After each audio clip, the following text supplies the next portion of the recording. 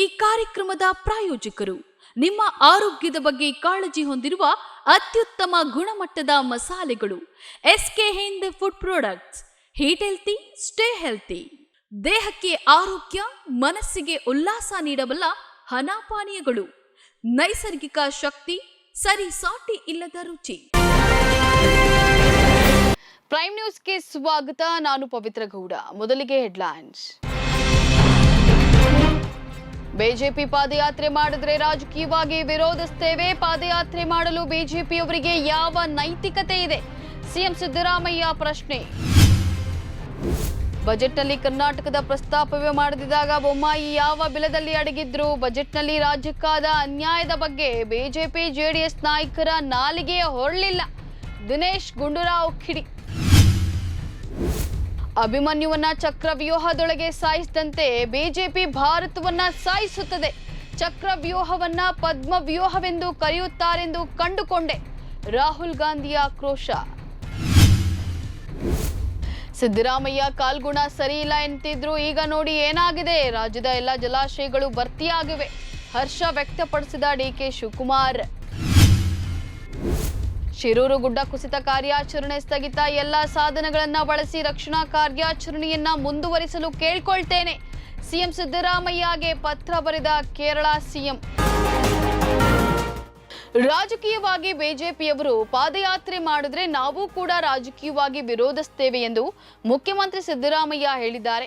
ಮೈಸೂರಿನಲ್ಲಿ ಮಾಧ್ಯಮದವರೊಂದಿಗೆ ಮಾತನಾಡಿದ ಅವರು, ಪಾದಯಾತ್ರೆ ಮಾಡಲು ಬಿಜೆಪಿಯವರಿಗೆ ಯಾವ ನೈತಿಕತೆ ಇದೆ? ವಾಲ್ಮೀಕಿ ನಿಗಮದಲ್ಲಿ ಹಗರಣವಾಗಿರುವುದು ನಿಜ. ಬಿಜೆಪಿಯವರು ಆರೋಪಿಸಿದ ಹಾಗೆ 180 ಕೋಟಿ ರೂಪಾಯಿ ಹಗರಣ ಆಗಿಲ್ಲ. 84.63 ಕೋಟಿ ಹಗರಣವಾಗಿದೆ. ಇದರ ತನಿಖೆಯನ್ನ SIT ಮಾಡ್ತಾ ಇದೆ. ಸಿಬಿಐ, ಇಡಿ ಅವರು ತನಿಖೆಯನ್ನ ಮಾಡ್ತಿದ್ದಾರೆ ಅಂತ ಹೇಳಿದ್ದಾರೆ.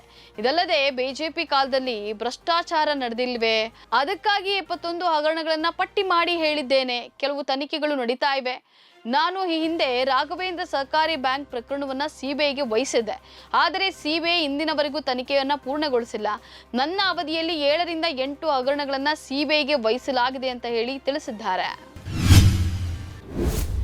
ಮುಖ್ಯಮಂತ್ರಿ ಸಿದ್ದರಾಮಯ್ಯ ನೀತಿ ಆಯೋಗದ ಸಭೆಗೆ ಹಾಜರಾಗದೆ ರಾಜ್ಯಕ್ಕೆ ಅನ್ಯಾಯ ಎಸಗಿದ್ದಾರೆ ಎಂದು ಮಾಜಿ ಮುಖ್ಯಮಂತ್ರಿ ಬಸವರಾಜ ಬೊಮ್ಮಾಯಿ ಹೇಳಿದ್ದಾರೆ.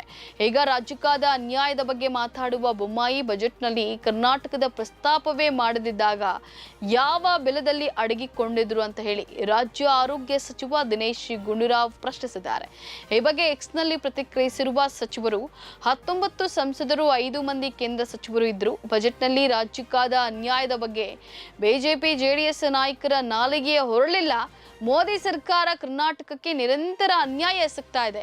ಅದರ ಬಗ್ಗೆ ಮಾತಾಡುವ ತಾಕತ್ತಿಲ್ಲದೆ ನೀತಿ ಸಭೆಗೆ ಹಾಜರಾಗದಿರುವುದರಿಂದ ಅನ್ಯಾಯ ಆಯಿತು ಅಂತ ಬಡಬಡಿಸುವುದು ಹಾಸ್ಯಾಸ್ಪದ ಅಂತ ಹೇಳಿದ್ದಾರೆ. ಇಂದು ಲೋಕಸಭೆಯಲ್ಲಿ ಸರ್ಕಾರದ ಮೇಲೆ ವಾಗ್ದಾಳಿ ನಡೆಸಿದ ವಿಪಕ್ಷ ನಾಯಕ ರಾಹುಲ್ ಗಾಂಧಿ ದೇಶದ ಪ್ರಸ್ತುತ ಸನ್ನಿವೇಶ ಮತ್ತು ಮಹಾಭಾರತದ ಚಕ್ರವ್ಯೂಹ ರಚನೆಯ ನಡುವೆ ಹೋಲಿಕೆಯನ್ನ ಮಾಡಿದ್ದಾರೆ. ಸಾವಿರಾರು ವರ್ಷಗಳ ಹಿಂದೆ ಕುರುಕ್ಷೇತ್ರದಲ್ಲಿ 6 ಜನರು ಅಭಿಮನ್ಯುವನ್ನ ಚಕ್ರವ್ಯೂಹದಲ್ಲಿ ಸಿಲುಕಿಸಿ ಕೊಂದರು. ನಾನು ಸ್ವಲ್ಪ ಸಂಶೋಧನೆ ನಡೆಸಿದಾಗ ಈ ಚಕ್ರವ್ಯೂಹವನ್ನ ಪದ್ಮವ್ಯೂಹವೆಂದು ಕರೆಯುತ್ತಾರೆಂದು ಕಂಡುಕೊಂಡೆ. 21ನೇ ಶತಮಾನದಲ್ಲಿ ಹೊಸ ಚಕ್ರವ್ಯೂಹ ರಚನೆಯಾಗಿದೆ. ಅದು ಕೂಡ ಪದ್ಮದ ರೂಪದಲ್ಲಿ. ಪ್ರಧಾನಿ ಈ ತಾವರ ಚಿಹ್ನೆಯನ್ನ ತಮ್ಮ ಎದೆಯಲ್ಲಿ ಧರಿಸುತ್ತಾರೆ. ಅಭಿಮನ್ಯು ಜೊತೆ ಮಾಡಿದಂತೆ ಭಾರತದ ಜೊತೆ ಅದರ ಯುವ ಜನತೆ, ರೈತರು, ಮಹಿಳೆಯರು, ಸಣ್ಣ ಮತ್ತು ಮಧ್ಯಮ ಉದ್ಯಮಗಳ ಕುರಿತಂತೆ ಮಾಡಲಾಗ್ತಿದೆ. ಇಂದು ಕೂಡ ಈ ಚಕ್ರವ್ಯೂಹದ ಹಿಂದೆ 6 ಜನರಿದ್ದಾರೆ. ನರೇಂದ್ರ ಮೋದಿ, ಅಮಿತ್ ಶಾ, ಮೋಹನ್ ಭಾಗವತ್, ಅಜಿತ್ ದೋವಲ್, ಅಂಬಾನಿ ಮತ್ತು ಅದಾನಿ ಅಂತ ರಾಹುಲ್ ಹೇಳಿದ್ದಾರೆ. ಮುಖ್ಯಮಂತ್ರಿ ಸಿದ್ದರಾಮಯ್ಯ ಅವರ ಕಾಲ್ಗುಣ ಸರಿ ಇಲ್ಲ ಎಂದು ವಿರೋಧ ಪಕ್ಷದವರು ಹೇಳ್ತಾ ಇದ್ರು. ಅವರು ಬಂದ್ರೆ ಮಳೆ ಬರೋದಿಲ್ಲ ಅಂತ ಹೇಳ್ತಾ ಇದ್ರು. ಈಗ ನೋಡಿ ಏನಾಗಿದೆ ಅಂತ ಉಪಮುಖ್ಯಮಂತ್ರಿ ಡಿಕೆ ಶಿವಕುಮಾರ್ ಹೇಳಿದ್ದಾರೆ. ಸುದ್ದಿಗಾರರೊಂದಿಗೆ ಮಾತನಾಡಿದ ಅವರು, ರಾಜ್ಯದ ಎಲ್ಲ ಜಲಾಶಯಗಳು ಭರ್ತಿಯಾಗಿವೆ. ತಮಿಳುನಾಡಿಗೆ ಅಗತ್ಯಕ್ಕಿಂತ ಹೆಚ್ಚು ನೀರು ಹರಿದು ಹೋಗಿದೆ. 2 ರಾಜ್ಯದವರು ಸಂತೋಷವಾಗಿದ್ದಾರೆ. 2 ರಾಜ್ಯಗಳಲ್ಲಿ ಕೆರೆ ಕಟ್ಟೆಗಳು ತುಂಬಿವೆ ಅಂತ ಹರ್ಷವನ್ನ ವ್ಯಕ್ತಪಡಿಸಿದ್ದಾರೆ.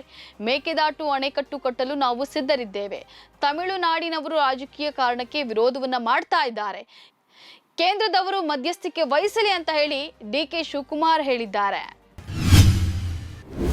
ಶಿರೂರು ಗುಡ್ಡ ಕುಸಿತದ ಅವಘಡದಲ್ಲಿ ನಾಪತ್ತೆಯಾಗಿರುವ ಕೇರಳ ಮೂಲದ ಲಾರಿ ಚಾಲಕನನ್ನ ಪತ್ತೆ ಮಾಡಿಸುವಂತೆ ಕೇರಳ ಮುಖ್ಯಮಂತ್ರಿ ಪಿಣರಾಯಿ ವಿಜಯನ್ ಅವರು ಕರ್ನಾಟಕದ ಮುಖ್ಯಮಂತ್ರಿ ಸಿದ್ದರಾಮಯ್ಯ ಅವರಲ್ಲಿ ಮನವಿ ಮಾಡಿದ್ದಾರೆ. ಶಿರೂರಿನಲ್ಲಿ ನಾಪತ್ತೆಯಾದವರ ಪತ್ತೆ ಮಾಡುವ ಮತ್ತು ರಕ್ಷಿಸುವ ಕಾರ್ಯ ಕೈಗೊಂಡಿದ್ದಕ್ಕೆ ಕರ್ನಾಟಕ ಸರ್ಕಾರವನ್ನ ಶ್ಲಾಘಿಸಿದ ವಿಜಯನ್, ಸ್ಥಳದಲ್ಲಿ ಶೋಧ ಕಾರ್ಯವನ್ನ ನಿಲ್ಲಿಸಲಾಗಿದೆ ಅಂತ ಹೇಳಿ ಹಲವು ವರದಿಗಳು ಹೇಳ್ತಾ ಇವೆ.